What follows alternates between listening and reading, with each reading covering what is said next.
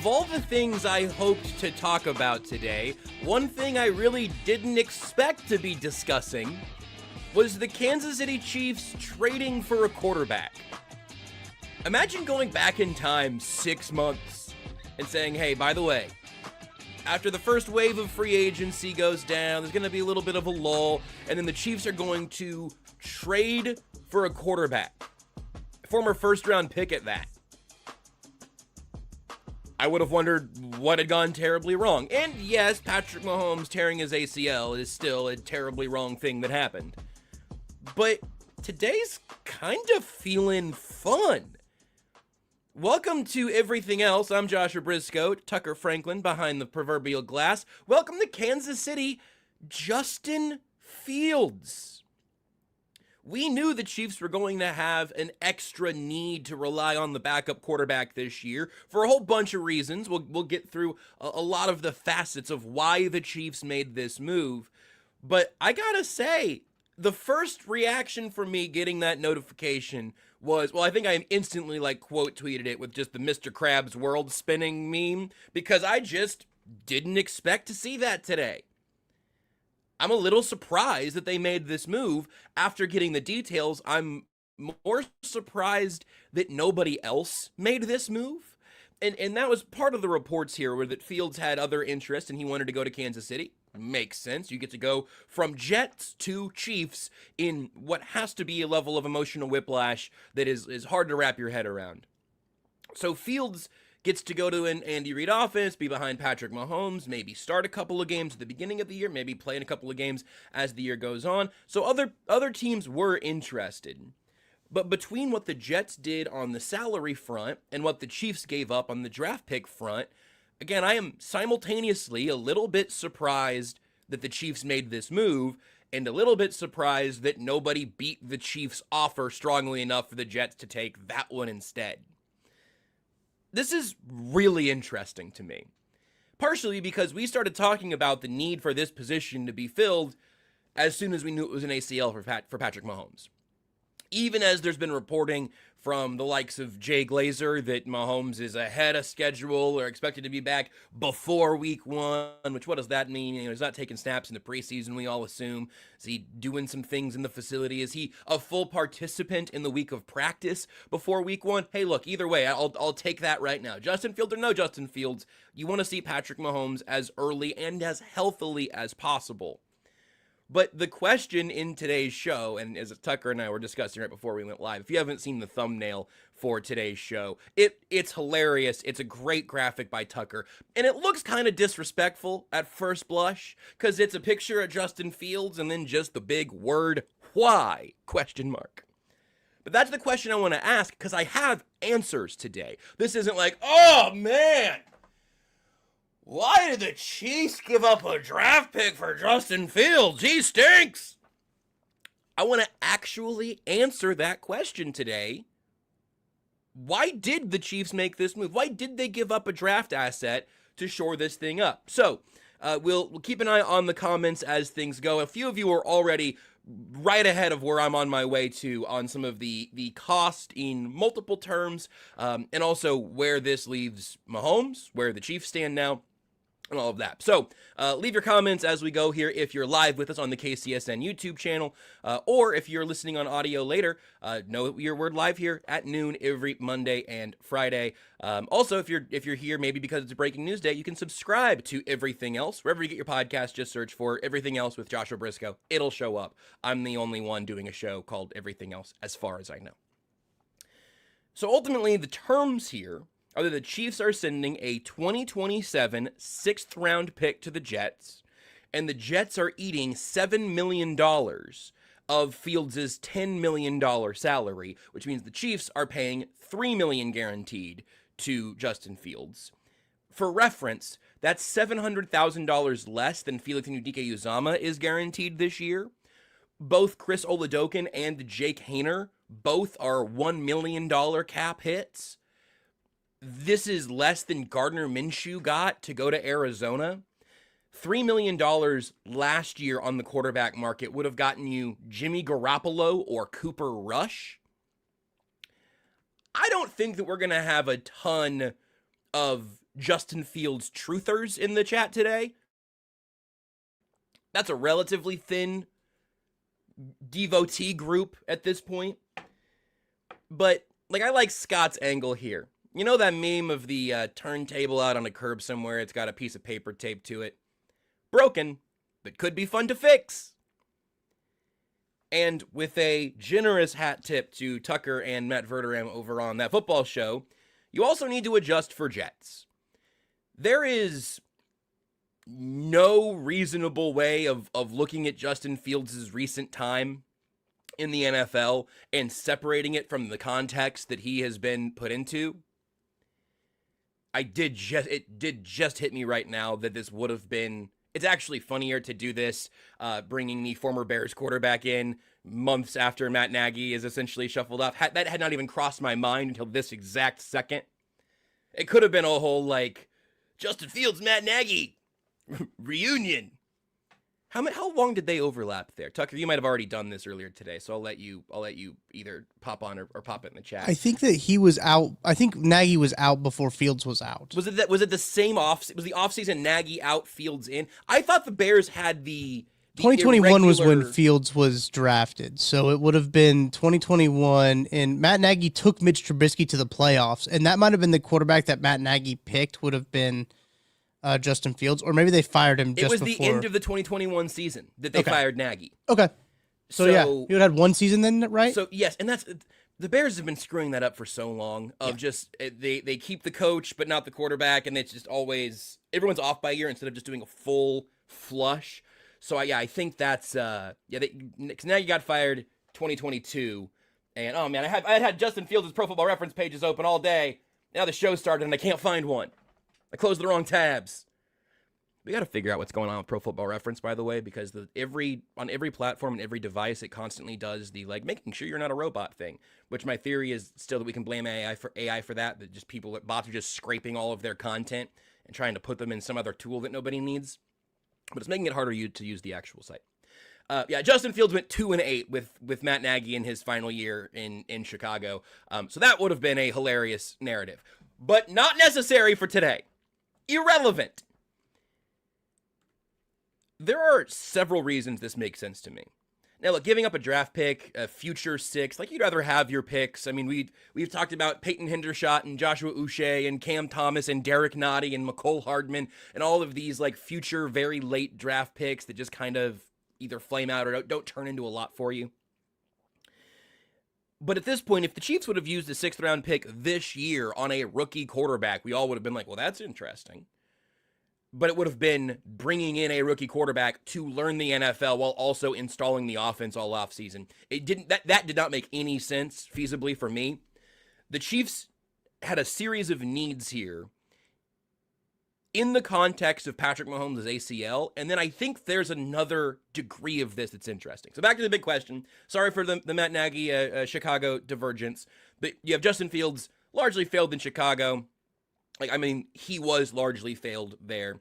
The Pittsburgh stint was not memorable, but not terrible. And then Jets. Here's what I think is so fascinating, and here's why I think the Chiefs have traded for Justin Fields today. They needed a quarterback who could run the offseason.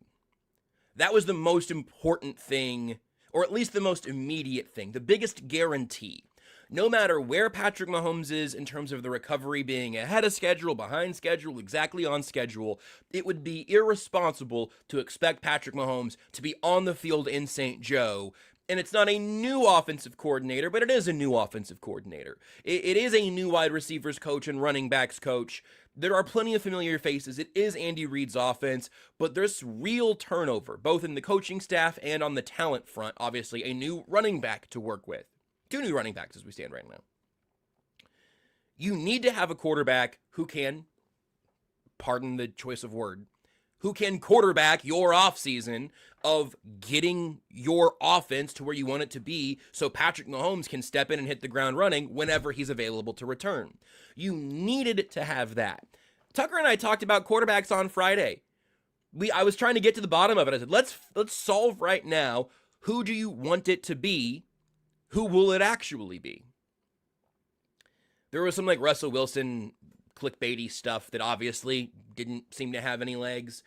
If the Chiefs would have traded for Anthony Richardson, I would have been kind of excited, but I also think it would have been it would have checked off some of these boxes less so than trading for Fields did.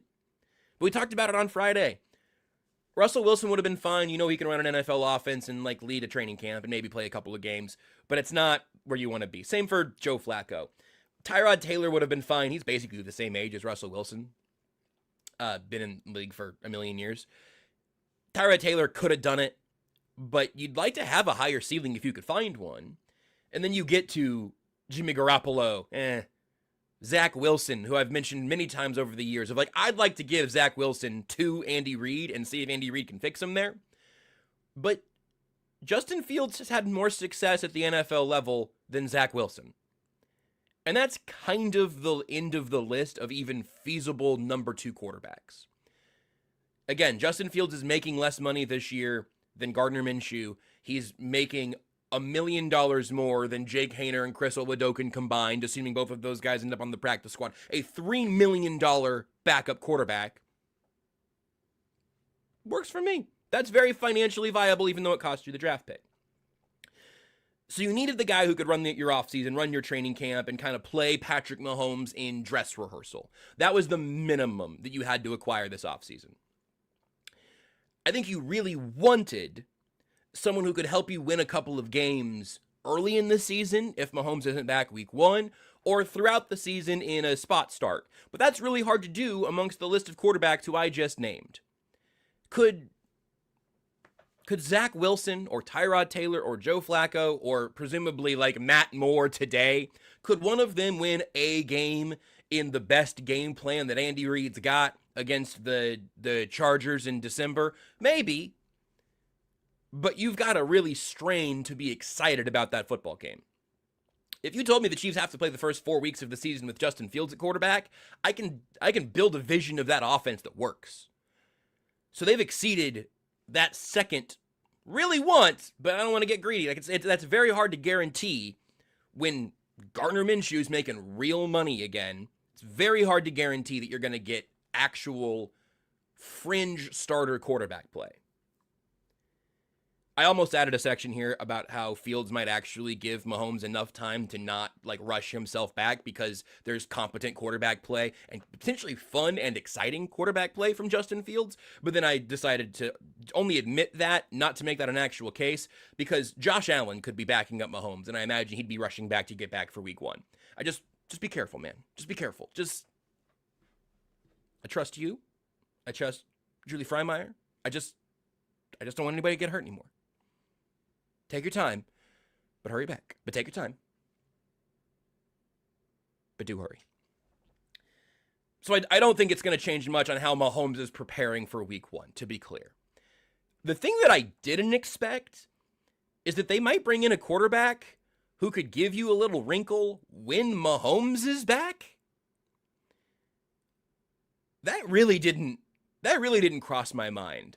Like, we've talked a little bit, we did a little bit with, like, the Carson Wentz signing of, like, oh, maybe he can come in and be your sneak guy, and then the Chiefs had no interest in doing that. And understandably, if you take Patrick Mahomes off the football field, or you make him jog out to stand in a wide receiver spot and tell him not to run anywhere, I don't know you're going to take the ball out of Mahomes' hands all that often.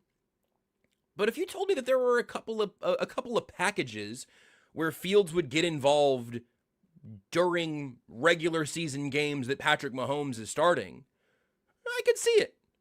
I not only could I see that, I'd like to see that. Maybe that's something that unlocks a little bit of a weird wrinkle out of the Andy Reid playbook again this year.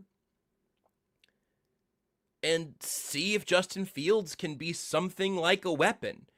I wouldn't feel incredible if I was talking about a football team that just traded for Justin Fields to be your bridge quarterback for a full year. But frankly, if you were a team that was quarterback needy and your team acquired Justin Fields and you're going to draft a quarterback in the 2nd or 3rd round and let them battle it out, that's reasonable. You'll be in purgatory, but that's reasonable. Justin Fields is a better, more interesting quarterback than I expected the Chiefs to be able to add in this window here. And I could see him having an impact down the stretch, barring injury, health notwithstanding. I think that's pretty interesting. Now, I've seen a couple of people also mention, like, well, what does this mean for Patrick Mahomes? Is this a response to where the Chiefs think Mahomes is at? Here's where I kind of I'm splitting hairs, but I think this is important. I don't think the Chiefs got like a bad MRI or a bad checkup from Mahomes and went, oh crap, okay, well he's gonna be out until week 6 at least. Let's get Justin Fields instead of making Jake Haener or Chris Oladokun battle it out for a starting job in training camp. Like, we need to just get somebody in here because it's going to be longer for Mahomes. I don't think that's what happened. I'm also not sure if they make this move if Patrick Mahomes is 100% healthy. If Patrick Mahomes is 100% healthy, maybe it is just trying to sign Tyrod Taylor for $3 million instead of giving up a future 6th and $3 million for 1 year of Fields. But either way, it's a really reasonable number and a really reasonable cost for Justin Fields. If he has an electric first few weeks and Mahomes is sidelined, I saw somebody throw out like the idea of trading him before the deadline. I don't think you do that. I think if you have two competent quarterbacks, if you have a competent quarterback behind Patrick Mahomes, part of the reason you traded for him is to be able to have that guy in December and January. If it's for a few plays or a few games, I don't think that's the plan here. And they're not extending him, at least as things stand right now. They're not like extending him through 2027. So it's not like they're going to flip him in the offseason. It's a true 1-year deal, but it's a great rehab opportunity for Justin Fields from like an image and status perspective. And again, I have to, it's hard to read and talk, as you may be able to guess. But I'm curious to kind of scroll through the comments and get a feel of the reception, because most of what I've seen so far has been relative excitement. And I think that's fair. Again, it's not a $15 million investment, and he's not your starting quarterback. But as the guy who's going to bridge the gap for however long Mahomes is out, and then be the first guy up if something happens, and potentially add you a wrinkle. I don't know that he's going to be Taysom Hill. I saw his name fly by in the chat earlier. I don't think he's going to be Taysom Hill. But if he's a weapon that you can use in some other way as the season goes on, I don't know that Andy Reid's calling any quarterback sneaks, but I could see him getting kind of frisky with a little extra gear that Fields could bring. So I think it's fun. Again, I saw Acquire, and I was like, oh man, what did they have to give up for Justin Fields? If this was a 2027 third rounder, I'd have a different vibe today. I would be much more confused. At that cost, for that player, it's not just former first round pick who didn't hit a ceiling. It's not just Zach Wilson. I think Justin Fields is probably at this exact moment, as most players who you most recently remember being on the New York Jets, I think he's probably a little bit underrated right now, was a little bit undervalued. The Jets needed to move along and get into the, Geno Smith era again.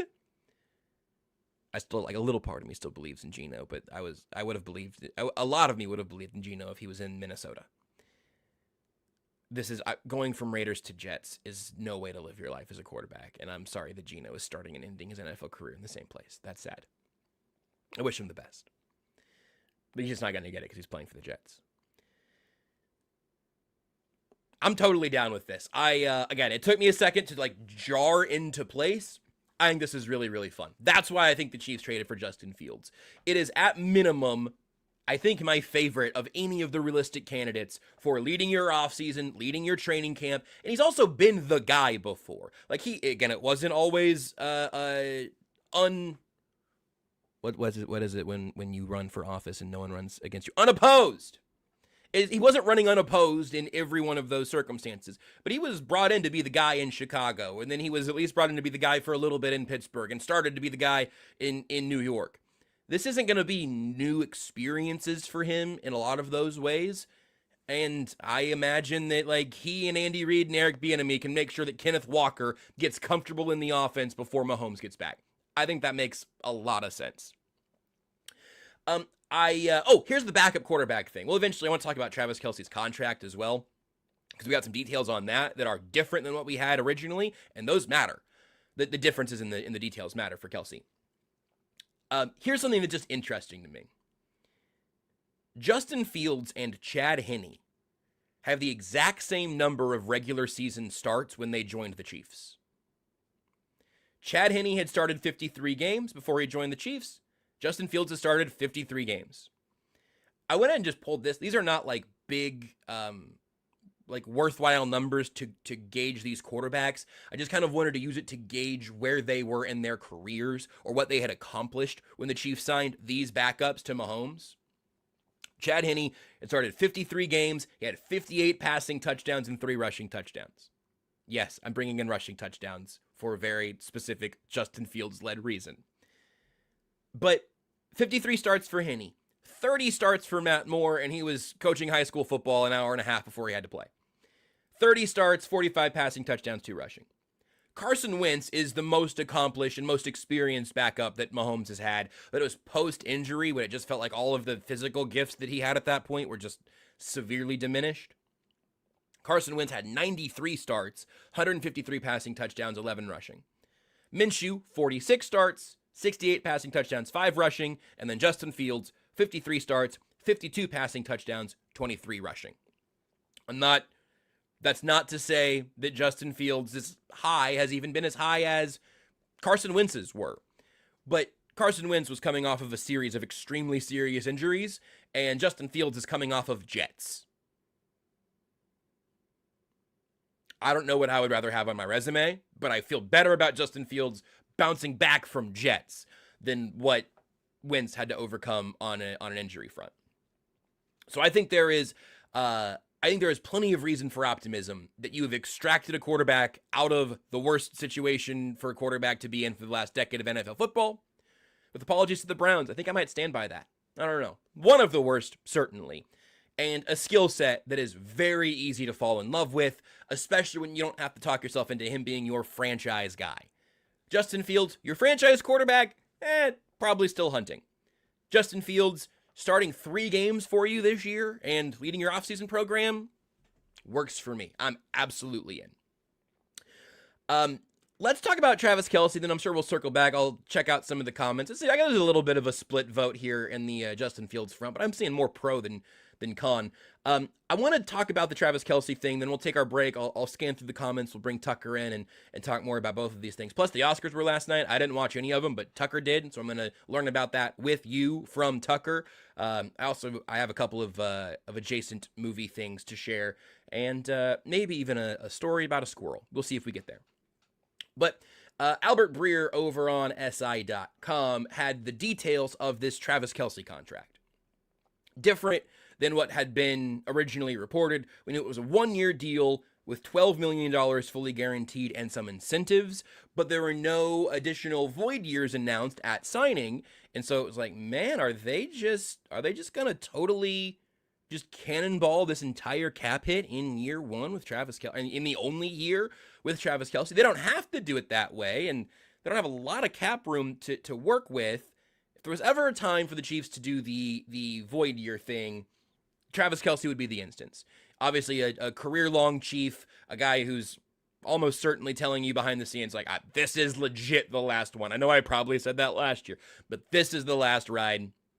I got to be paid enough to look the rest of tight end you in the eyes, and I don't need money as a human being right now for a lot of reasons. But I got to keep the standard where the standard is, and I want to be back, and I'm not going to play for the Browns. Okay. So it sounded like 1 year, $12 million deal with some incentives. It's like, man, there's going to be a $12 million Travis Kelce cap hit kind of voluntarily this year. Not the case. Not void years, but not the case. So here's what Breer writes. Kelce gets $12 million fully guaranteed, $3 million in base salary, and $9 million in a series of roster bonuses. One is a training camp bonus of $3 million. The remaining $6 million will come in per game roster bonuses, but those are 90-man roster bonuses, so they're fully guaranteed. He doesn't have to be active to get them. The contract is broken up this way to manage the cap hits, exploiting the 50% rule and a post-June 1st mechanism to spread them out over 3 years. Over 3 years. Kelce, as such, has a $4.9 million hit for 2026, and a dead money hits of $3.5 million next year, but each of the next 2 years, essentially. $3.5 million dead cap hit in 2027 and 2028, after a little under a $5 million $5 million like live cap hit, if you will, this year. Breer continues, the Chiefs have a long-standing policy of not doing void years, and the above two rules allow them to sidestep that using a tactic the Eagles have used over the years. Kelce has minimum salaries built into dummy years in 2027 and 2028, with a $40 million guarantee for 2028 vesting June 8 of next year, which will force the Chiefs to release him by then and allow for them to spread the dead money out since the date falls after June 1st. It's just a little mechanism. They're going to have to release Travis Kelce. It's just a little mechanism to let you do a post-June 1st move and smooth all that out. Kansas City also, back to Breer, Kansas City also has $3 million in available incentives. One tier ties the Chiefs to making the playoffs. If they do, he makes $750,000. If they do, he makes $750,000. If he plays 60% of the regular season snaps, we need another editor on this. The grammar on this is wrong. I've read this 3 times. We got to figure out where this M dash in this comma is supposed to go. There's a tier tying Kelce's deal to the Chiefs making the playoffs. If they do, he makes $750,000 if he plays 60% of the regular season snaps, $1 million if he plays 70% of the snaps, or $2 million at 80% of the snaps. The second tier is triggered if the Chiefs win the AFC and go to the Super Bowl. That happens, he gets another $250,000 at 60% playtime, or $1 million at 70%. All that's a bunch of word salad that is about, if you hit the playoffs, it triggers another bonus that gives you more money if you played more snaps this year. All of this to say, the Chiefs did get in there and do a little bit of deadline pulling and money pushing and all of that to give Travis Kelce a sub $5 million cap hit this year and a few $1,000,000 in dead cap hits over the next couple of years, to give yourself a little more wiggle room to make this an earnest push this year and not to make Travis Kelce your 6th or 7th highest cap hit. 1, 2, 3, 4, 5, 6, 7. It would have been 8. Would have probably been the 8th highest cap hit, right over Christian Fulton. I hope he plays well this year. $13 million cap hit for Christian Fulton. After all the funky stuff the Chiefs have done to get everything all lined up this year, then you look and you go, okay, huge cap hits for Nick Bolton, Jalen Moore, Creed Humphrey, George Karlaftis, Christian Fulton, Harrison Butker, Noah Gray. Interesting. All ahead of Kenneth Walker, because that's how the deals work. The first year is always the lowest cap hit. But I do think it was at least worth knowing. I know that's, again, a lot of words. I did a lot of reading the internet. Some of it was confusingly worded. The lesson here is that the Chiefs more or less did void year things without using actual void years to spread out the impact of Travis Kelce's 1-year contract. That makes a ton of sense. I think that is the way they should have done it. You give yourself a little extra breathing room this year, and essentially, if you're like, okay, so but why bother, right? If you're not going to spend that money, you're going to have to do a little more moving around to get your draft class under contract. Why do this at all? I would much rather have $3.5 million dead cap hits for Travis Kelce over the next 2 years than be forced to restructure Chris Jones's contract. I'm not expecting that Chris Jones is on his way out the door right this second, but when you look at an older player who had a good year last year but wasn't the same guy you were hoping to get for $50 million per, which you knew when you paid him, it's the side of 30 he's on and the amount of help he didn't have. But I would rather not really lock yourself into really any of these enormous long-term contracts when you have that flexibility. If you can get through this year with Chris Jones on a $44.8 million cap hit, with obviously all of that guaranteed and everything, this is the most inflated cap hit of his new contract. Next year, Jones's cap hit is $38 million. That's still a ton of money, and they could then decide what he's worth at that point and everything. But you still have the ability to decide. You could just pay Chris Jones what's on his contract in 26 and 27, and then you have utter flexibility in 2028. all of that would kind of get kicked back a year, more or less. I'm not doing the exact math for you here, but all of that essentially gets kicked back a year. And as much as I love Chris Jones, I wouldn't choose him, the oldest of these considered players. I wouldn't choose his contract to restructure or extend or whatever. I'm curious if they tried to extend Creed Humphrey before that Linderbaum contract came down. I think they could restructure George Karlaftis. He's a young player on one of those big deals, so I think it wouldn't necessarily change the literal structure of his deal to restructure his deal. I know it's confusing. I'm sorry. You could do that with Karlaftis or Creed in a way that would make a lot of sense and would keep one of your young guys just getting paid and moving some of that money around. Having to do that for Jones is a little bit of a tougher pill for me to swallow, and they haven't done it yet, which I think is wise. So they do scoot a little Kelce money around, buy a couple extra records from Target with the exclusive bonus songs, and everybody's happy. Let's go ahead and take our timeout. I'm going to scan through the comments, see what you guys are thinking about Justin Fields. We'll bring Tucker in, and we'll talk about the Chiefs' new quarterback, and of course, the same old greatest of all time tight end. We'll do that next.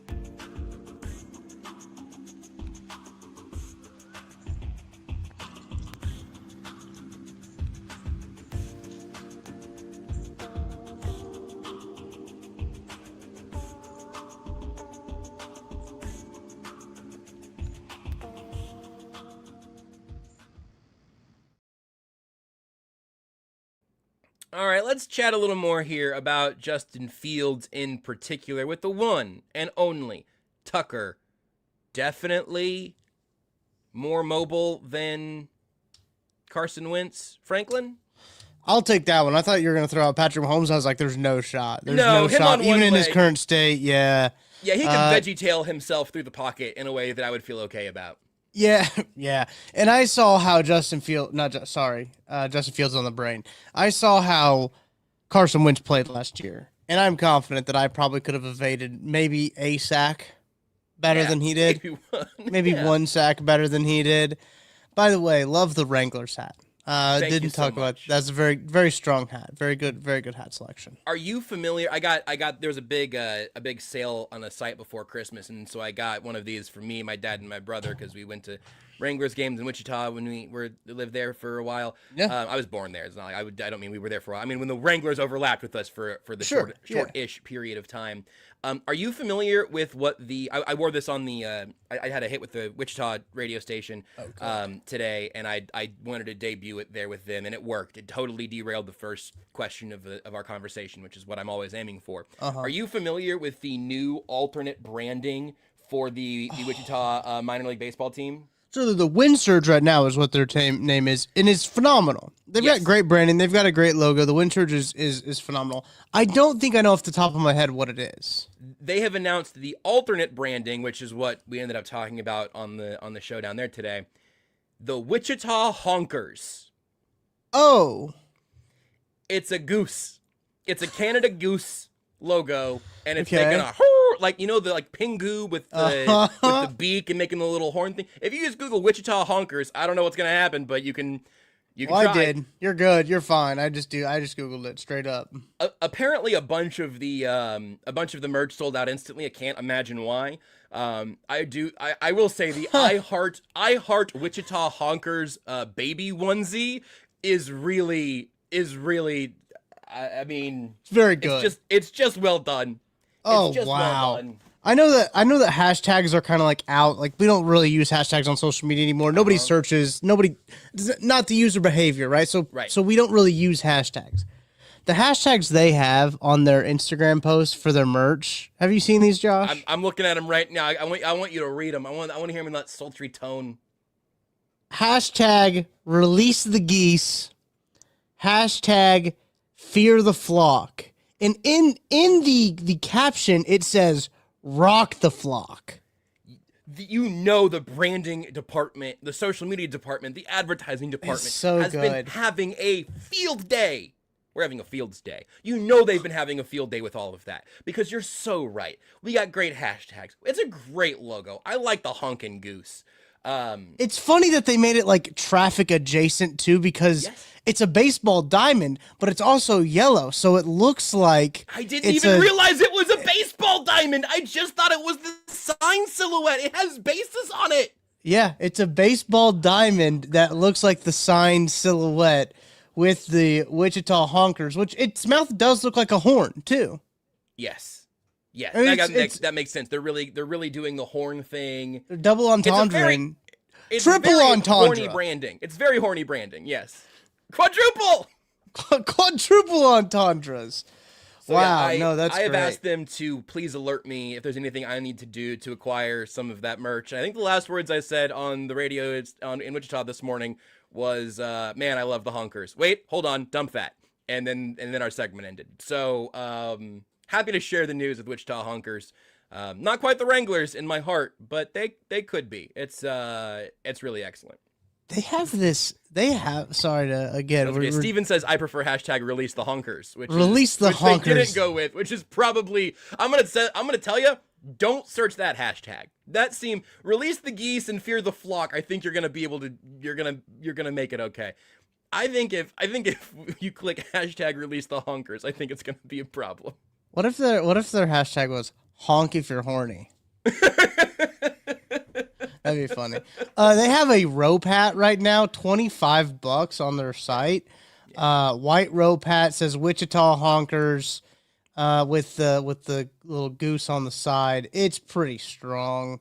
Yeah, I'm really thinking about it. If you get closer to placing an order, let's talk first. We can combine some shipping or something. But they only have size, so they have like the new era like on-field honkers hat, right? Mm-hmm. They only have size 7 and 8. There's no like those are the only size, only really small or really big. I could with my hair as long as it is right now, I could probably make a size 8 work. Yeah, I bet you could get into an 8. I have an 8 that's like a little big for me, but I'm hang on here. 7 3/4. I think that's what I got the Giants hat into. So I'm 7 3/4, which is a stone's throw away from an 8. I don't have as many regular fitteds in the rotation right now, but I think I'm really curious what I bought the Giants one. Hang on, you got to go get it. You got to go get it. That's okay. I was looking over at mine, thinking, should I go try to grab one of my fitted hats right now? This is a show for big heads. This is a big head show, and I'm not gonna make any more honkers jokes. That's what I've realized. That's what I decided in that moment while I was thinking. It is. This one's also the same. 7 3/4. We got some big domes. I mean, that is not. You're not swimming in that thing at all. That is. Give that a little side to side wiggle. It's what kind of.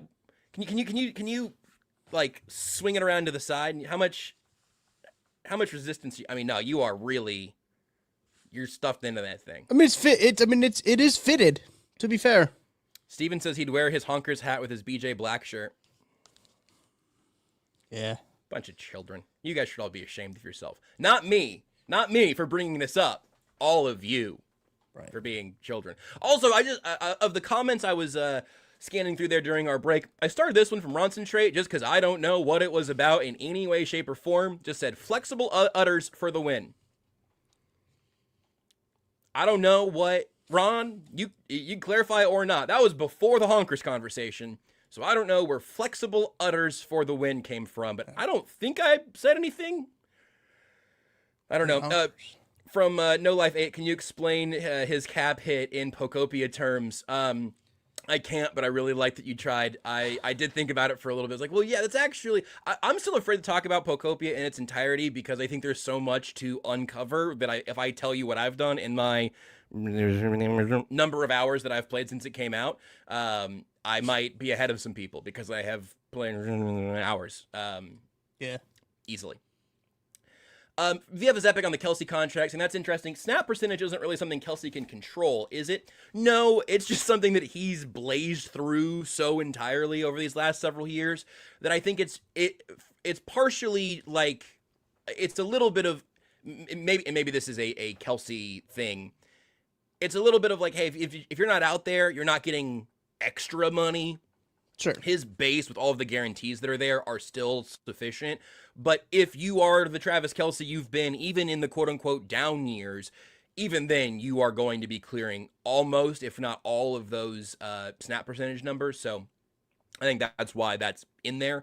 And then back to Justin Fields. Tucker, you already did the breaking news team. You've already gone through a couple cycles of thinking and talking about Justin Fields.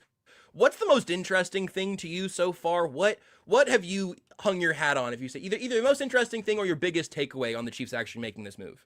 I do think that you brought this up. You and I had the conversation about what the free agent quarterbacks look like at that position, and both you and I were just like, oh, there's no one here. No, it's the Will Smith meme when there's nobody in the room. Like that's what it is. So it makes sense from the fact that they want to actually have a competent quarterback in their quarterback room. I know everyone, and I came to the point where I was like, I think they're going to probably just go with Chris Oladokun, unfortunately. I'm glad they didn't. I really am. I'm glad that they didn't go with Chris Oladokun as their backup quarterback. Now, Justin Fields, as you mentioned, does have some of that overlap with Matt Nagy, which would have some of that overlap with the Andy Reid system. So is a little bit of familiar with that system. I think that might have been a draw, at least to some extent. Now, how long was that? It was only a year, so it can't really be that, but it's a lot longer than a lot of the other guys on the market would have been able to have in the system. So that was probably clearly a draw for them. They're only paying $3 million for him, which I think is also another really, okay, he plays good this next year, or he just around as a good locker room guy. Patrick Mahomes likes him, really. You could pay him another probably $3 million next year and be okay, right? Like, This isn't a long-term fix at backup quarterback, and I don't think that we're ever going to have a long-term fix at backup quarterback in the Patrick Mahomes era. I think it's just kind of like those year-to-year type deals. Maybe Justin Fields realizes is like, hey, maybe I'm not going to be a starting quarterback anywhere else, and I can just kind of hang out with Patrick Mahomes and be the backup quarterback and come in whenever I need to. And maybe that's what he decides to do and signs like a long-term deal with them to be the backup quarterback. But I think this is probably certainly not on my radar, and I think it's probably the best case scenario for the Chiefs in terms of like with their backup quarterback. I think that Mahomes will be ready week 1. I have no reason to doubt that. I think that it's good to have that option though for Justin Fields. I think it's good to have a Justin Fields option there. His mobility is something that obviously has always been his big calling card. And I thought, he was a pretty good quarterback at Ohio State. When you just kind of get into those bad situations, you just kind of stunt your growth. And then you went to the Jets. And then that's kind of self-explanatory after that. But I did think it was very funny. KC Sports Network, Joel does a phenomenal job running our social media account. He, shout out to Joel, tweeted out a video of Justin Fields scrambling for a touchdown. It's a hell of a highlight. It is a great highlight. I just thought it was like very Lamar funny. Jackson. Against the Dolphins when they were down by 15. This is just like, the context of the highlight is very funny. I think that was the game that Tyreek tore his ACL, like obliterated his knee really? in. Yeah, I think it was the same game. Because that was like the last game that Justin Fields played before they're like, yeah, let's play somebody else. Yeah. No, I think Justin Fields played for a little bit longer before they're like, all right, you know what, Brady Cook, go ahead and be our starter for the rest of the year. But like he also has the experience of being a backup quarterback and knowing what that takes because he was a backup quarterback in Pittsburgh when Russell Wilson came in and he played those first 4 games actually pretty well. And then the Steelers were just like, oh yeah, Russell Wilson's healthy, so he's going to be our quarterback now. And he had to deal with that. So I'm not there's no way I'm going to get bent out of shape over a trade for a future 6th-round pick. I mean, just call this like the honorary Peyton Hendershot deal, I guess. Yep. I also don't know if it's a conditional swap. I think it's a straight up, we're giving you a pick, you're giving us Justin Fields and eating $7 million, and we're taking on $3 million. So, I think it's fine. Like, If anyone's getting upset about this trade, they probably need to go outside and touch some grass. That's harder today too, because on Friday it was like 75 degrees. We're telling people to touch grass. Now there's snow on my grass. Yeah, I did tell a guy on Twitter to touch grass, and he came back and gave me a measured response. I was like, okay, sorry for being so mean, but you were mean to me first.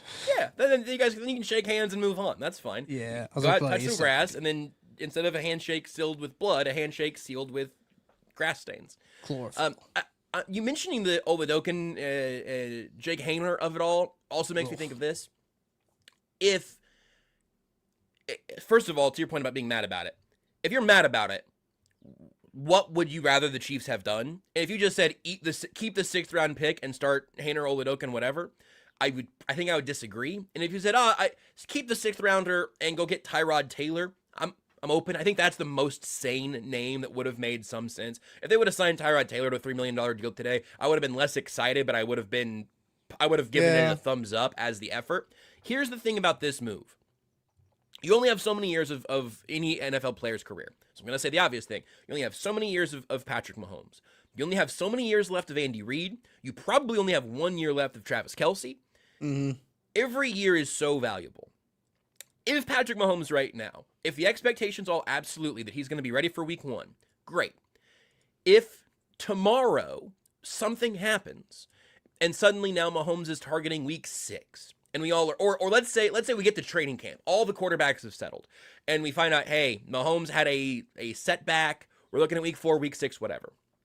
If Chris Oladokun went out there, no disrespect to Chris Oladokun, we saw what happened last year, and he was playing with less than the full array of weapons and stuff last year too. So this isn't not the end of his NFL career.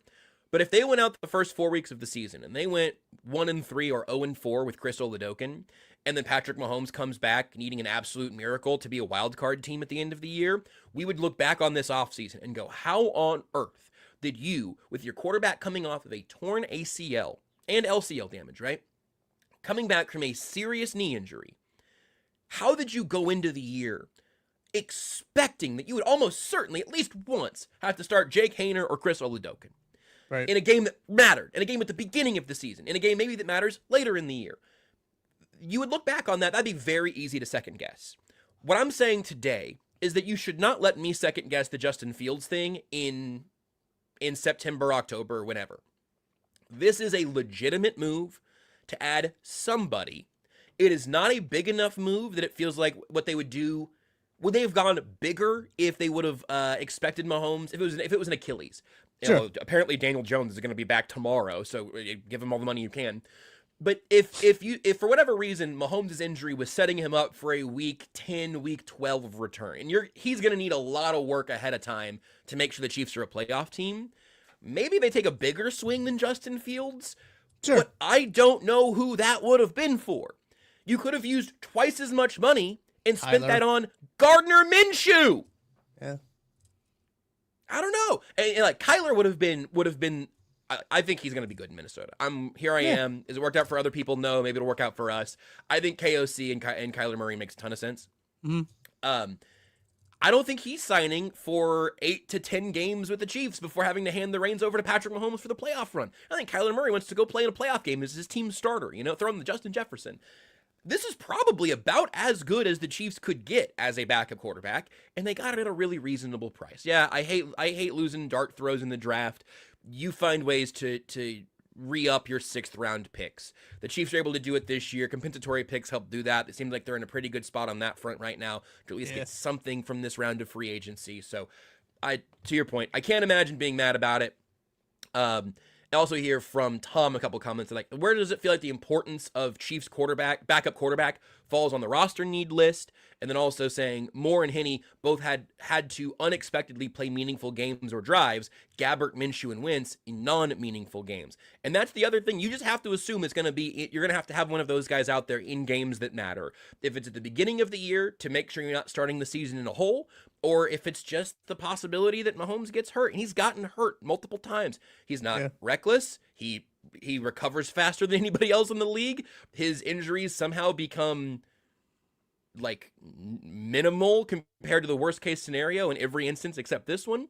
Maybe this will be different because it is an ACL. But man, I just think it adds up.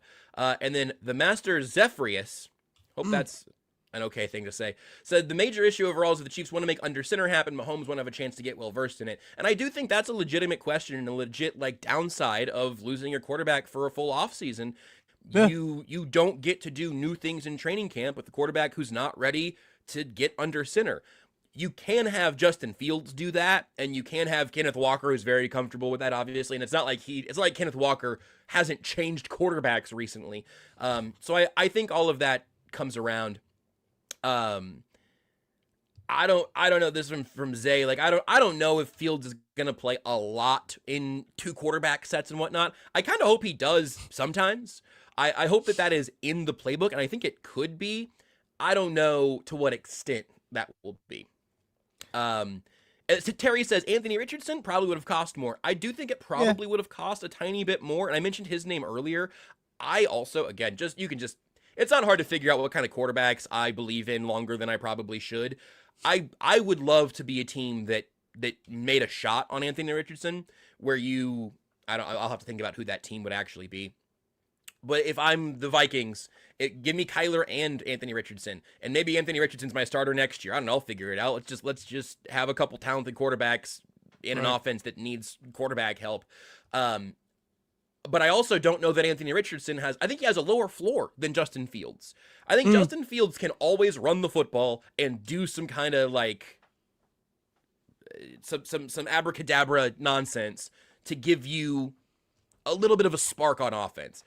Anthony Richardson's worst football is like unwatchable, and Fields' worst football has been very bad, but it's also usually been in a Jets uniform, and that's not entirely his fault. And as Kangaroo says, Richardson has just less experience, and Fields has legit experience on a number of levels, as you said, as the guy, as a competitor, as the guy for the Jets with a big vaudevillian cane off to the side. So,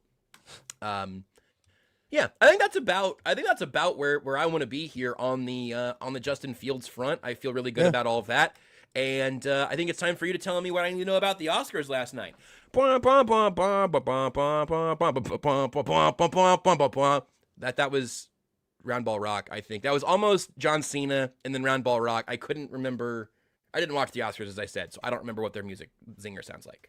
Yeah, no, it's okay. I did see this just before we dive into the Oscars. Breaking news: Donna Kelce's window installers are on the scene to replace windows. So God, they are out there. So long? TMZ is on it. The window installers are out there. Looks like some great windows, actually. I just clicked on TMZ and just saw so much skin from people that I did not anticipate to see. You saw some Wichita honkers. I saw some Wichita honkers, and then I saw some other things as well. That was wild. And there's a video of them replacing her windows in her condo. It's a big story, dude. I thought you were plugged into how journalism works. That is true. Wow, she's getting some nice windows. So that's really what I wanted to see. What window she's getting. They're very nice windows. I'm afraid. I've always been afraid to go to TMZ's website for any number of reasons. Currently, I'm just seeing. Can I read an excerpt from the story? Back? Yeah, go ahead. The installer gingerly removed the existing windows, and at the time of this post, was beginning to install the new ones. And we got a good look at Donna herself surveying the process. We checked Yelp, and the company has 26 reviews and 2.5 stars. As we reported, Donna replaced 9 windows in total. We don't know the status of the 6 doors she plans on replacing. The story is developing. Can I just ask a question, Tucker? Because I know I'm now here. Donna Kelce, I can see clearly now. Installer on scene to replace old windows. Yes. I loathe TMZ for a lot of reasons, and this is a pretty good one amongst many. It has to be miserable to be Donna Kelce looking out your window and seeing paparazzi while you're trying to make sure your window installers are just like doing a normal job. Right. And also just be working and then to be on TMZ. That sucks. Yeah. Headlines are great. And the thing at the top of my screen here that I certainly wasn't expecting was celebrity butts guess who. That's what I saw. And was like, whoa. We're going to play, right? No, I'm just kidding. I don't think it's any good if not everybody can play. Can we screen share? Tucker, share the screen. All right, celebrity butts guess who. First round.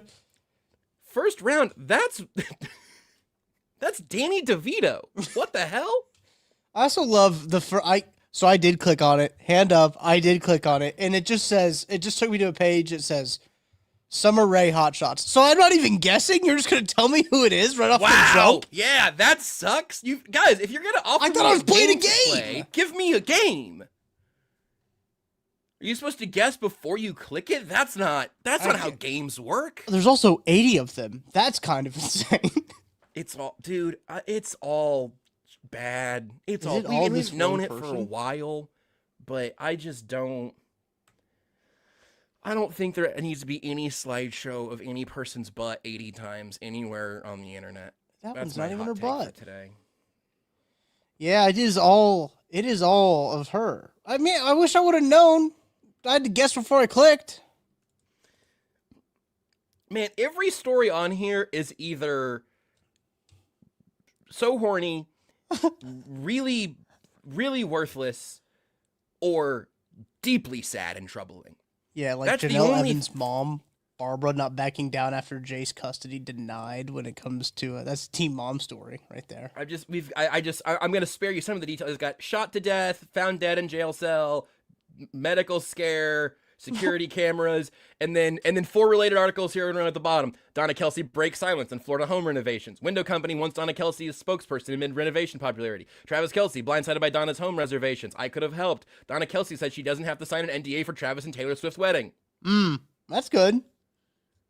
Now, I will say there is one comment. Actually, there's 29 comments. But there's one top comment at the bottom of this TMZ story about Donna Kelce's windows.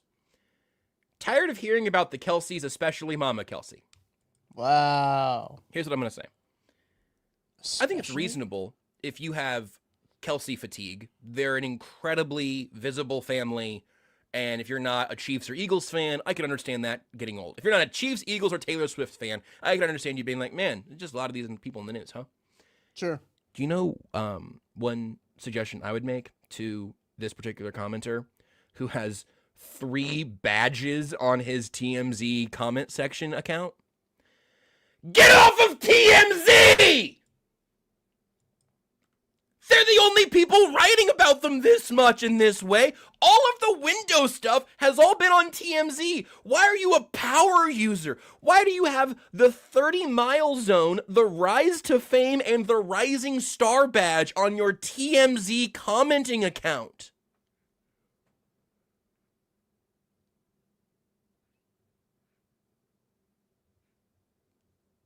That's nuts. I didn't know they had a reward system on TMZ. It seems like they do. Oh, yeah, there are other people down here. Superstar badge for this person. Dude, there's some people who look like military generals when it comes to the rewards that they have. It's crazy. From Alphaba52, what? When did this become news or even info worth sharing? TMZ clogging up my feed with utter nonsense. Alphaba52! What do you think they're doing on a day-to-day basis? Yeah. It's TMZ. It's all nonsense. If you want to know what's happening in the world, don't go to TMZ. If you want to know what's happening with celebrity home renovations, they're your website. Or if you want to play a terrible game of Celebrity Butts Guess Who, they're your website. Not a good, well-run game, truthfully. They need more guardrails. Terrible game. It's not like BuzzFeed quiz, right? I thought I was going to get like a BuzzFeed quiz of celebrity butts, you know? Exactly. We could have played that. I know. That would have been good content. Would have been fine. Then they just showed me who it was right when I clicked on it. I was like, that's not how Guess Who works. Game. Guess Who, the board game, is a fun game. I thought it was going to be like that. It was going to be like, you have to pick a celebrity butt, and then the other person would be like, all right, is it round? And you'd be like, nope, it's not. And then you just click them all off. And just tick, tick, tick, tick, tick, tick, tick, tick, tick, tick. All right, I'm keeping that idea. Nobody steal it. That's my idea. That's my idea. You can probably get the rights to some Getty Images photos. Yeah. Oh yeah. You can probably print this. I have a couple of questions about it, but we can unlock that later. We can do that in play testing. Mm-hmm. As long as it doesn't as long as it's not exclusively one butt 80 times. Yeah, that's all we were getting. I got more diversity in my butts, truthfully. For a game, I thought I was playing a game. I'm more annoyed that the game wasn't really a game than the Chiefs trading for Justin Fields. Oh, by the way, Joe Burrow was at the Oscars. Good for him, man. He was with Alex Earl and Tate McRae, and I feel like I should probably know who some of those people are. I think Tate McRae makes music that's explicitly not for me. Yeah, I don't know who the other person. Yeah. One battle after another, one best picture. That's pretty cool. I didn't like it. You didn't like the movie? that was my extremely hot take from like 2 months ago that I think I ended up saying when you and Nick were driving to Indianapolis. That's my hottest take of 2026. Is that I really expected to love One Battle After Another, and then I watch it and I didn't care for it. Renee hated it. I didn't like it very much. Really? I was also underwhelmed by Marty Supreme. Those are my biases going into Oscars buzz here. I love movies. I love like award-winning movies. I thought I was gonna love both of those. Marty Supreme was not as weird as any of its promotional materials, so I felt misled. It was very different than all of its promotional materials, though. I will say that the story of the Marty Supreme is not what you think it is going into it, and I appreciated that. Yeah, Marty Supreme lands in a place that I respect some of the choices they made. I fully did, like, I was texting with a friend about this earlier today who had also just recently watched One Battle After Another and was underwhelmed. I really feel like there's a gas leak. Like it was the biggest surprise where I was like looking around, like either everyone else is having a psychotic break or I am, or Renee and I both are, which again, we got a carbon monoxide monitor in our basement. So I think at least it wasn't that.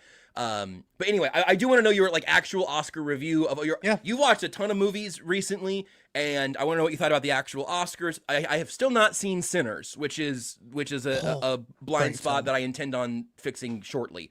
I know it won a ton of stuff, and One Battle After Another won Best Picture. I don't really know what else happened. Yeah, so Sinners won Best Cinematography, and it was actually the first woman ever to win the Cinematography Award. Actually for Sinners, which is kind of cool. They also won score, I believe. It won score. They had I think his name is Ludwig Gunvitzen. He also did the score for Mandalorian. So he did Black Panther, and he was the he's the main like musical influence on one of my favorite albums of all time, Donald Glover, Childish Gambino's "Because the Internet." So Ludwig and Gambino worked together a ton, and that's what I knew Ludwig from. And then he ended up becoming like one of the preeminent cinema scorers of this generation, which makes me very happy. He's like the next Hans Zimmer. Tara asked me, he said, is he like, so it's like, this is like what Hans Zimmer? I said, yes. Like he's like, does what Hans Zimmer does. He also did Oppenheimer. The big Oppenheimer number. He did the big Oppenheimer one. I'm also seeing that he's now the big song in Oppenheimer that they did. Yeah. It was out of place, but it was good. Right. I'm also now seeing that he's on Odyssey. Who's doing that? Who's doing Odyssey? Is that Spielberg that's doing Odyssey? Christopher Nolan. Yes, Christopher Nolan. He's doing the score for Odyssey, so that's gonna be probably a banger because that's just what happens. Fun fact: Ludwig was also a composer for Community, which is another Donald Glover connection. Yes, he was roommates with Ryan Coogler at USC when they went to USC. Ryan Coogler also played football at Sacramento State. Did you know that? No, I don't think I did. He's wide receiver at Sacramento State. Yep. Sinners one director. That was Ryan Coogler. And look, I think Ryan Coogler's done a lot of great films. I think he's a phenomenal director. I think he was very well deserved for that one, as well. When it came to that, actually, I think he won screenplay. He won screenwriting or something like that. Okay. But it was Paul Thomas Anderson. Is that his name? Yes. Married to Maya Rudolph, who did One Battle After Another. That's who won the director. Yeah. No. Yeah. What? Yeah. No. What? Yes. So he won the Academy Award for writing original screenplay. So shout out to Ryan Coogler for that. That's pretty crazy. But yes. I had no idea that Paul Thomas Anderson and Maya Rudolph were married. and have 4 kids. Yeah. I had no idea. That is crazy. What you know Sinners is about vampires? I do. Okay, I didn't. When I went to go see it, I didn't know that. Yeah. That's okay. I mean, I think that's part of the reveal. Yeah, no, I truthfully really enjoyed it. I thought it was a good movie. I mean, like, we talk about Ryan Coogler and the movies he's done. Sinners, Black Panther, the other Black Panther, Creed, Judas and the Black Messiah. Like, he's done some bangers. Yes. But I liked from Community to New Girl to Mandalorian was his path up the ladder. That is so crazy to me. And I legit honestly, knew him from because of the internet. That score for the Mandalorian, the bum, bum, bum, bum, bum, so good. It's really good. It's really good. He's nailed everything that he's done. One Battle After Another did win Best Picture. I thought Begonia is a very good film. I think there's phenomenal acting performances from both Emma Stone and Jesse Plemons. Jesse Plemons might be one of those actors who is like very quickly rising up the ranks of like, if he is in a, I don't know if he's had a ton of like leading roles yet in terms of kind of some leading roles in high feature films. But when he does, I think he'll knock one out of the park. He'll be one of those guys that we'll be talking about for a really long time. Jessie Buckley won for actress in Hamnet. Hamnet, right? Oh my gosh, her performance in Hamnet is it's a no-brainer that Jessie Buckley won that movie or won that award because she blew me away. And I'm a big Emma Stone fan, right? I liked Begonia. I liked how Emma Stone was in Poor Things, and that's what she won it for. She won Best Actress, I believe, for Poor Things when that movie came out. And I love Emma Stone. Like Kate Hudson, I thought did a really good. Rose Byrne, also incredibly good in that movie. If I Had Legs, I'd Kick You. But Jessie Buckley in Hamnet, just the range of emotion that she's able to portray is very good. And Michael B. Jordan did win for Sinners as well. He played kind of unfair. He played 2 characters. Played 2 guys. He played 2 guys. And so, yeah, I think he deserved that. Again, an incredibly stacked field. And this is what I'm a big Timothée Chalamet fan. I love like how Timothée Chalamet acts. And I think the way like his acting is very similar to Leonardo DiCaprio, where you are kind of captured in the character, right? Like you never like are really watching a Leonardo DiCaprio movie and then just like midway through you're like, oh yeah, that's Leonardo DiCaprio. You're like in the character, right? Like that's I think Timothy does the same thing. Michael B. Jordan also like I think sometimes it's harder for like these high profile actors to be like, oh yeah, that's Michael B. Jordan in the middle of it. To disappear into the role, yeah. Right. I think Timothy and Leo both do that very well. Michael B. Jordan just had a phenomenal performance because he played 2 guys that are the same guy, and that was very well deserved. It was a stacked field because like Ethan Hawke, Leo, Timothée Chalamet, I mean, it was an incredible field, an incredible year really for the Academy Awards to choose from like all these movies that I was talking about for Best Picture. Like Begonia was so good. I didn't watch F1, but heard very good things about it. Frankenstein, great movie. I mean, I gotta watch Frankenstein too. Look, I mean, it's on Netflix, so if you have Netflix, you can watch that one. Jacob Elordi, really good job in that one. Hamnet as well, very good movie. Marty Supreme, I thought was very good. The Secret Agent, I believe that is it's an Argentinian film. Yeah, it's South American. I can't remember if it's Argentina or Brazil. Nevertheless. Sinners, Train Dream, Sentimental Value, all 3 of those films, great. It was a stacked year. It was really a stacked year, and so like anyone who won, I wasn't going to be surprised. But I think you could kind of tell as the night was going on that One Battle After Another was going to win Best Picture, and it was kind of like Sinners and One Battle After Another were kind of like trading blows. Both of them had tons of nominations, right? I think Sinners had the most nominations ever. And One Battle After Another had like the second most or whatever. Like there's 2 really good films. Like Best Editing went to One Battle, Best Cinematography went to Sinners, and like you're getting all these. But original score was Sinners. You've got all of these different kind of things. Original screenplay was Sinners, but Best Adapted Screenplay was One Battle After Another. So it's like they just keep trading off. But you could kind of tell as it was getting further and further. Sean Penn actually won Best Supporting Actor as well. He was which great is interesting. Old little freak in One Battle After Another. He wasn't there, I noticed. Yeah, he doesn't like award shows. He's made comments about how award shows are dumb. But it's also funny if you look at the Best Supporting Actor, the nominations. One Battle After Another had two nominations for Supporting Actor. Crazy. They had Sean Penn, Benicio del Toro, and then yeah. So I mean, look, Benicio I del thought it was Toro a was good my year. favorite part of that movie, and his entire arc was my favorite part of that movie. And then they went. I would have watched a movie around him. I think if it would have been 2 hours around his operation, I think I would have enjoyed it probably more. When he's like officer asked him what he's been drinking, he said, "Have you been drinking?" He says, "A few." And he said, "A few what?" "A few small beers." A few small beers. So funny. A few small beers is very funny. His performance also in the latest piece from wow, I forgot what that movie was called.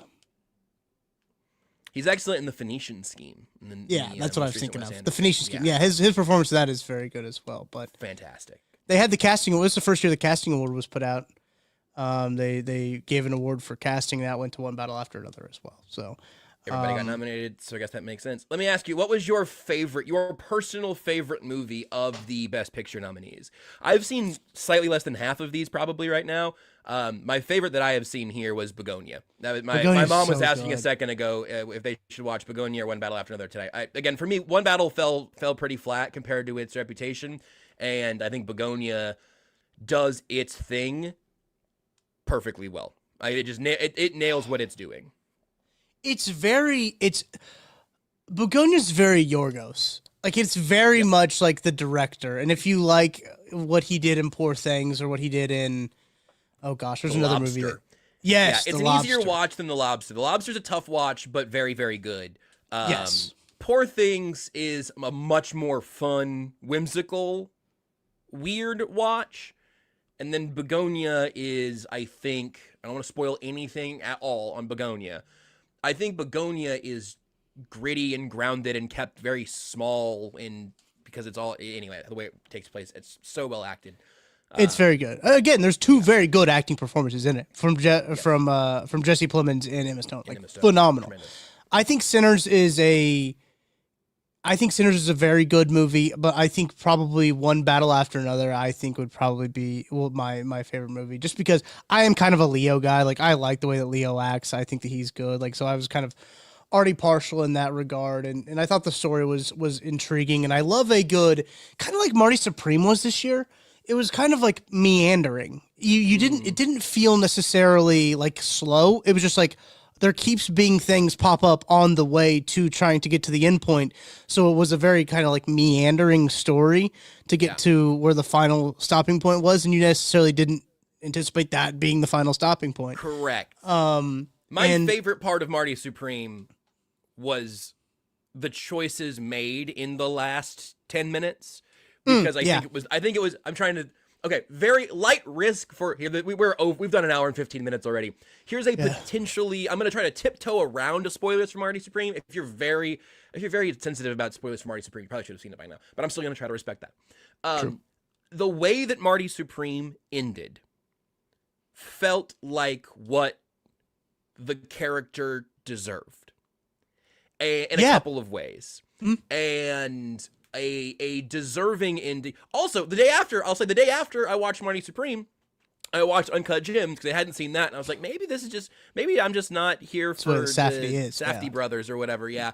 And Sandler is great, and also pretty much ends with the consequence of his actions in a way that is pretty satisfying and pretty surprising. Not my movie. I don't know. Just like the fast talking, like, compulsive liar that hurts everyone around them on their way to their obsessive passion that no one else cares about is just not my favorite genre of thing, I guess. Those movies, yeah.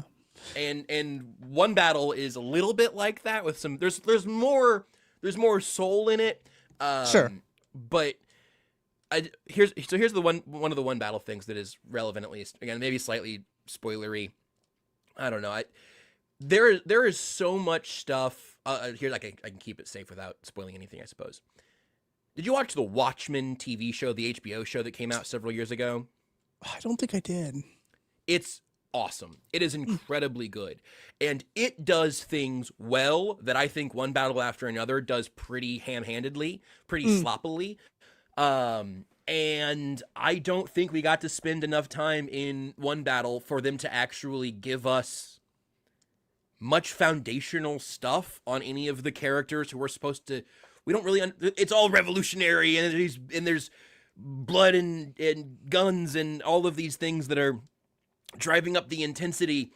But if you had to explain why that was happening, I don't think you could do it very well. Yeah. And it's a big movie that I don't know. I could tell you exactly what Begonia is about, and then I can tell you my interpretation of parts of Begonia. I don't know if I could tell you what One Battle After Another was. I might be able to tell you what it was trying to say, but I don't know that it ever said what it was trying to say. Much like me over the last 5 minutes, trying not to spoil any of these movies. I saw a TikTok kind of about like explaining all of the best picture nominees in like a sentence, and it says Begonia, or it was like One Battle After Another, don't neglect your child. Sentimental Value, don't neglect your child. Sinners, don't neglect your child. Hamnet, don't neglect your child. I mean, that's really what it all comes down to is F1 zoom. Right, yeah, that's kind of how it goes. I will say, off speed. the heater was the off speed. I saw people in the chat talking about Train Dreams. Train Dreams is a good film. I think it's very well acted. I think it's very well done. It's so sad. That's the other part of it. It's just like it's just a big bummer. Like I remember watching it and it was just like here's where your mood will be. When you're watching it, it goes down, down, down, down, down, up a little bit, then back down, then just right back down. That's tough. That's tough. So I'll watch a sad movie. I'll watch a movie that makes me feel something, but I'm just gonna get beat up for 2 hours. I don't know. I like a thinker more than I like a sad hammer. I think. Usually, how I try to think of movies is if sometimes I'll leave a movie theater and be like, I don't know how I felt about that, but if I'm still thinking about the movie 24 hours later, I think that I was like, okay, no, that's if it has staying power to like me thinking about, okay, well, how come this happened in this movie? How come they ended it like that? How come this happens? Like, oh, it's probably because of X, Y, and Z. So like that's kind of how I try to think about things. But yeah, overall, I don't think I have any big gripes. I think Conan O'Brien actually did a phenomenal job hosting again. He will probably be the host. They were very funny. Conan's great. I was glad he's hilarious. Did that. Yeah, no, he's hilarious. He's good. I like how the Academy Awards have all kind of settled into like, okay, these are our hosts. Like the Golden Globes, Nikki Glazer's like going to be her third year doing it. I mean, she's going to do it again. Trevor Noah does what Trevor Noah does one of them. Maybe the Grammys is what Trevor Noah does. And then Conan O'Brien, this was his second year. Would be surprised if he doesn't get a third year off of it. But they've just kind of settled in of like, okay, these people are going to be the hosts because they've done a really good job at it. Nate Bargatze hosted one of them, and like he tried to do like a counter. He tried to do like anyone who went overtime is like took money away from the charity. It just didn't like work. It just like didn't. I don't know where this puts me, because I think the words that are about to come out of my mouth, I typically associate with much older people saying them. I just don't. I didn't have the urge to turn on the Oscars last night. Like I knew they were happening. Yeah. And I was just playing. I played Pokopia instead, and I figured I knew we would talk about it. And again, I do like movies very much, and I don't know. I might be in a groove right now where I don't know. I couldn't tell you the last time I watched a televised awards show. I like a big zeitgeisty, everyone's watching the same thing on TV kind of moment. I love that stuff. I don't think award shows have been like that for a long time, though. I don't think the award shows have been like that since probably COVID. Like, I think the last time... Good point. Since the last time I think that we were all online. Remember when, like, Ellen was out here hosting the shows and, like, making the selfies but it's going to break the internet and have the most likes on Twitter? Yes. And then ever since Will Smith smacked Chris Rock... That's right. That's when it's kind of all gone downhill. Or we need another moment like that to really lead the way. We need another physical assault at an awards show is what I'm vouching for, I guess. Yeah. TMZ wrote about it. TMZ was all over that. But Tara loves a good award show, so we're always locked into award shows. Yeah. I think, and Renee doesn't seem to care either. So that might be like, just if either of you care, it's probably good television. It's high production value, and you got all the stars out and everything. I don't know. I've just been in a slump now for a few years, but the COVID era thing might actually be the through line there. Okay, well, we've done an hour and a half, deservedly so. We got breaking news. We got a new quarterback. We had the Oscars to talk about. We kicked around some movie things. That's all delightful. I'm gonna give you my my Begonia and Marty Supreme and One Battle After Another spoiler takes as soon as the show wraps up, Tucker, because I have to get these 3 off my chest. Yeah. Last thing. Do you think we could sell more KCSN draft guides, bit.ly/Swanson sucks, if we included in the last few pages a KCSN Guess the Butts game? Wow. Guess yes, the I KCSN do. Butts. We need to talk to Kent. We can organize it. We can get KCSN Butts, and we can organize it. Should we do one thing? It's like, all right, here's the go to answer key is at page 14. You know, it's like no.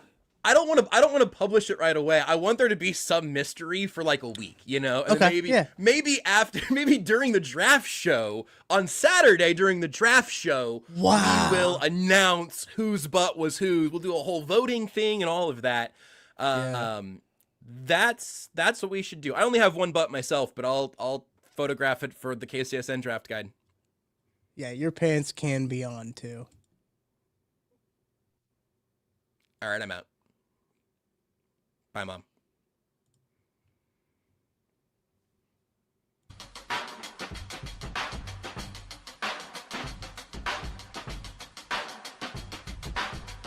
Maybe we could do some like KCSN branded Speedos. So there's a little bit of mystery. Yeah, that's a good. Let me look at our merch place and see what we got for those options. There's got to be some sort of a custom undergarment thing, right? You would think. I mean, I think you're missing. The dumper would be a topic today. It's very funny. This also works. BFS Epic says I'd give KCSN money to not have to see that. That's also acceptable. Wow. Yeah. You can get the Butts version for what for is it right $5. Now, yeah, I think it's you can get the butt free version for $24.99. Right.